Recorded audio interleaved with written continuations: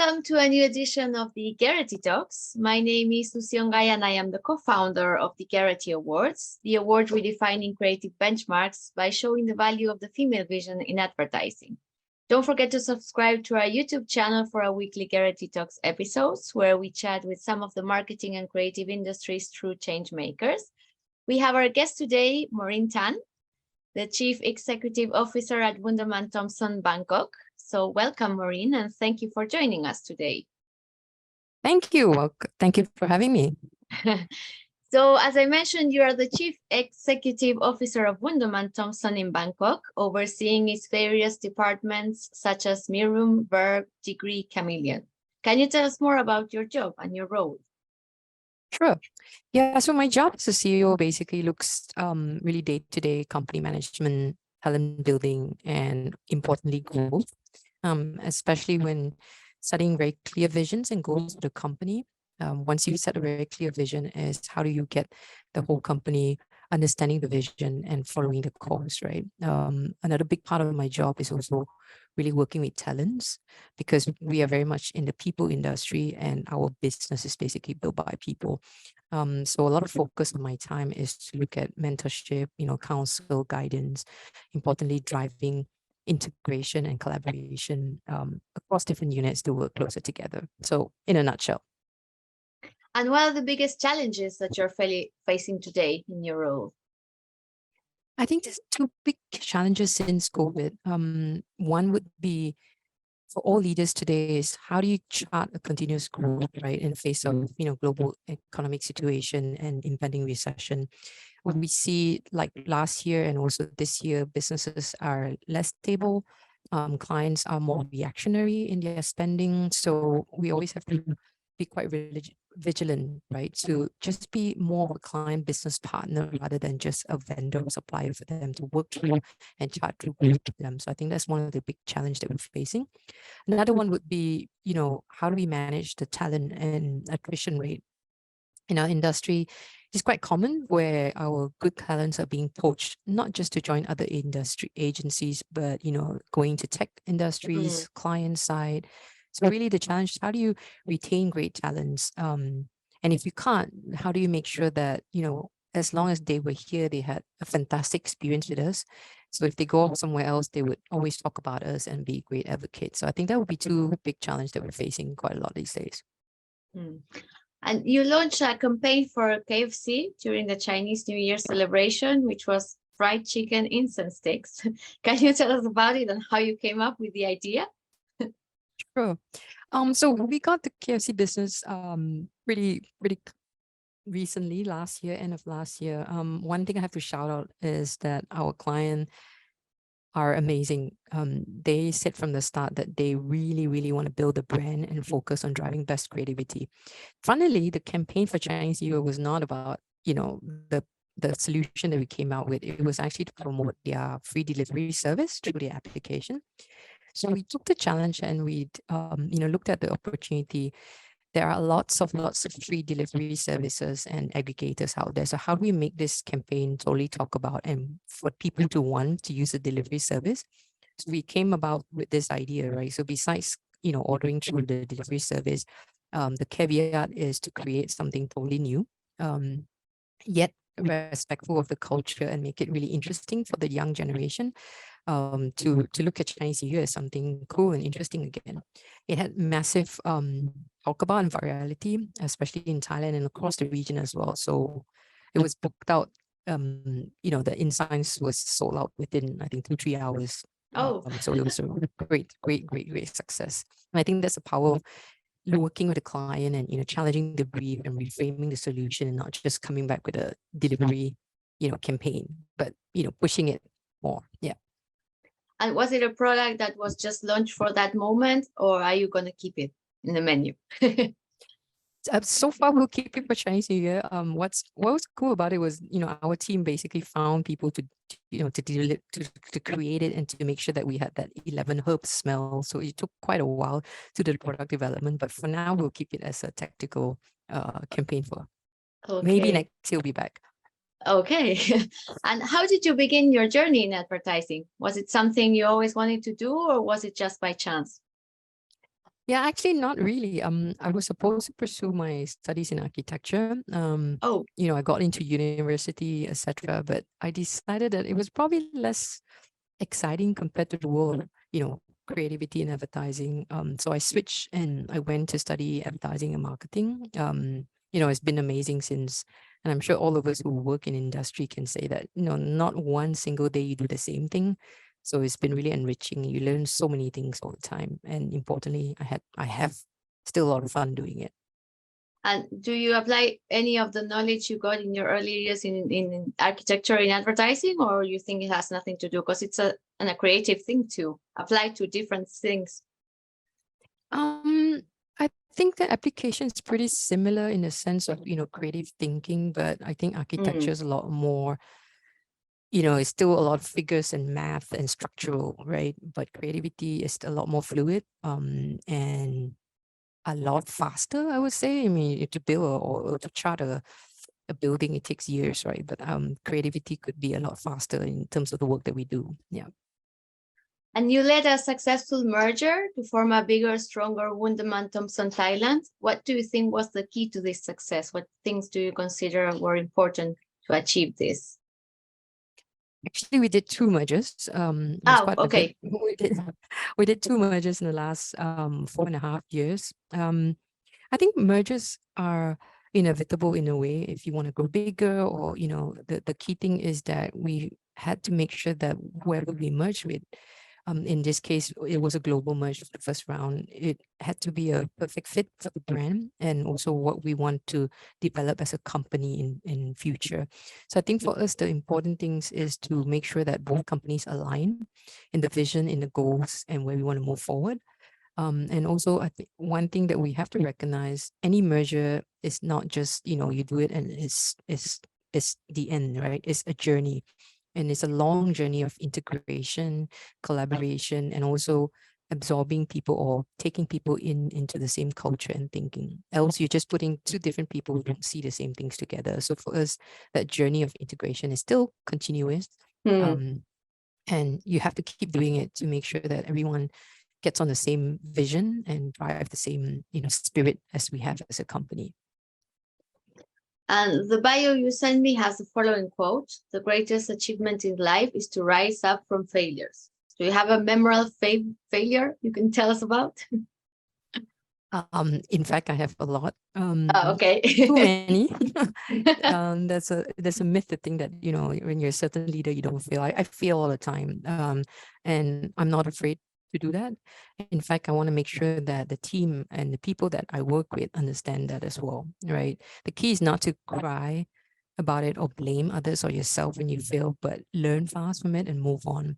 I think that in turn is an example that you show with your teams that whatever we do in our industry, it keeps changing, right? So how do you allow your team to learn new things and along the way fail, but importantly, take it as a way to learn new thinking, new innovation, right? So for me, I have too many, and I'm still happy to fail, not to burn the company in the sense of failing, but essentially keep that mindset of it's okay, and keep moving on and keep learning from there. And you mentioned that the advertising industry keeps changing all the time. So how do you keep up on the pulse of the latest trends and designs and everything that is happening? Quite a boring way, I must say. I read a lot. There's no other way to it.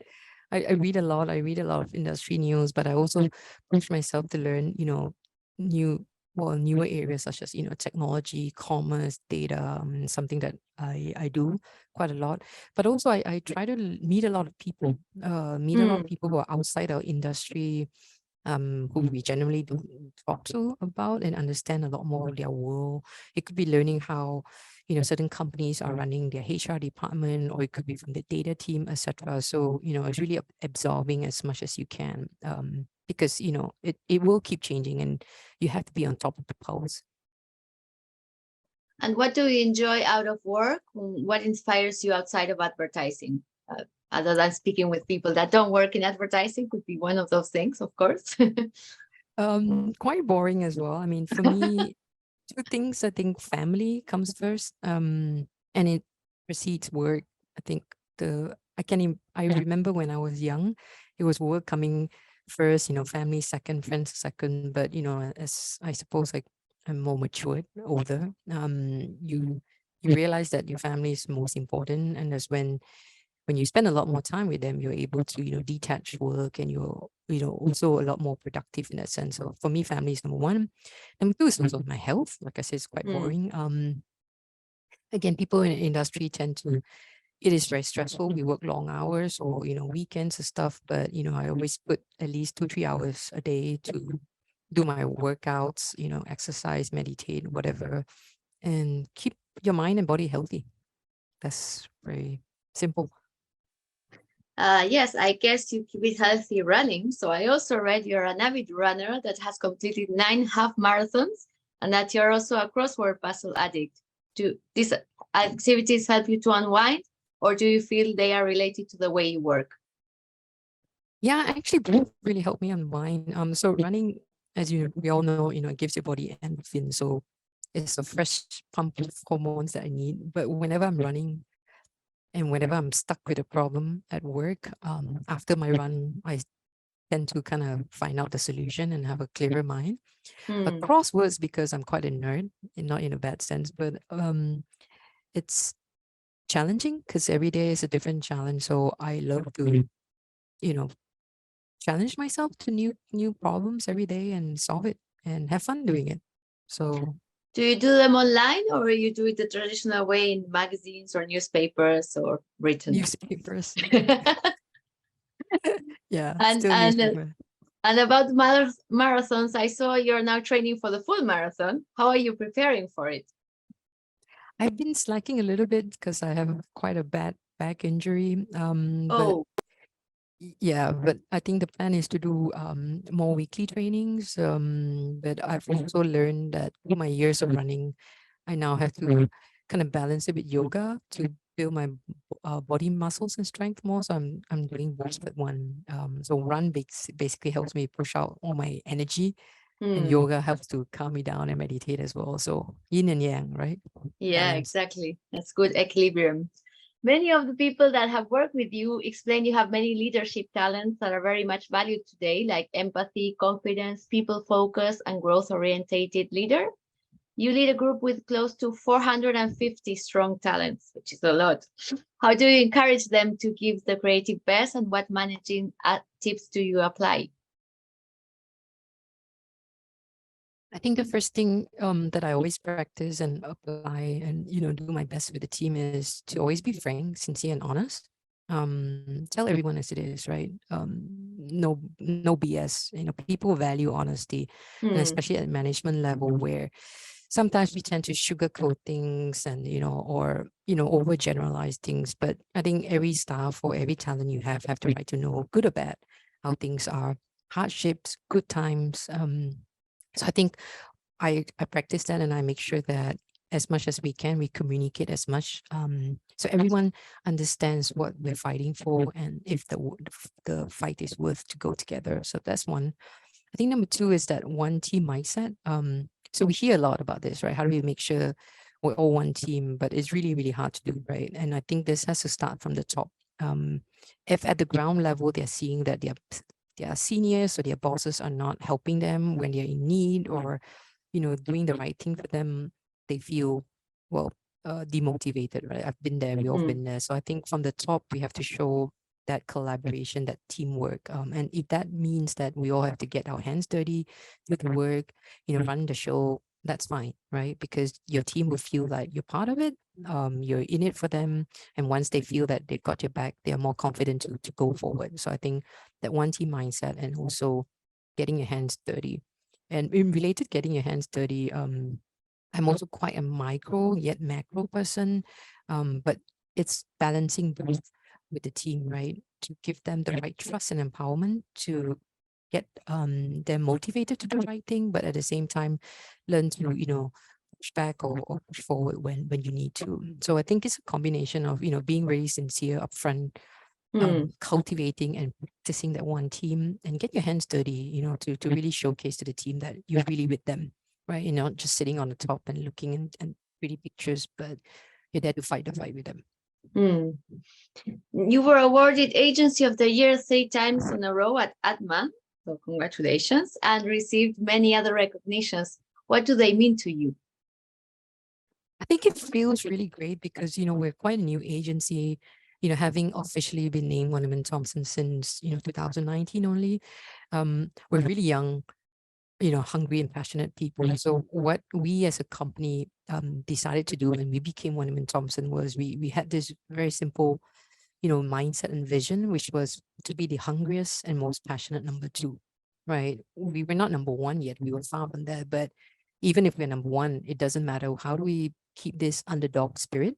Because nobody stays on top, right? But when you have this passionate and hunger in you, you just keep going. And for us, having recognition in the awards, it's a really cherry on the top. But we keep working hard, and we want to keep redefining, what Thai advertising and great work could be, in a positive way.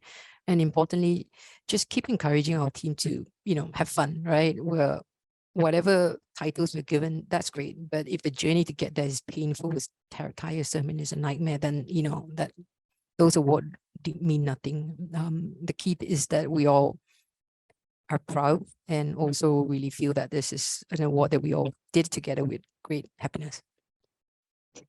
And to end our little chat, what kind of campaigns or topics would you like to see rewarded in the future of creative festivals?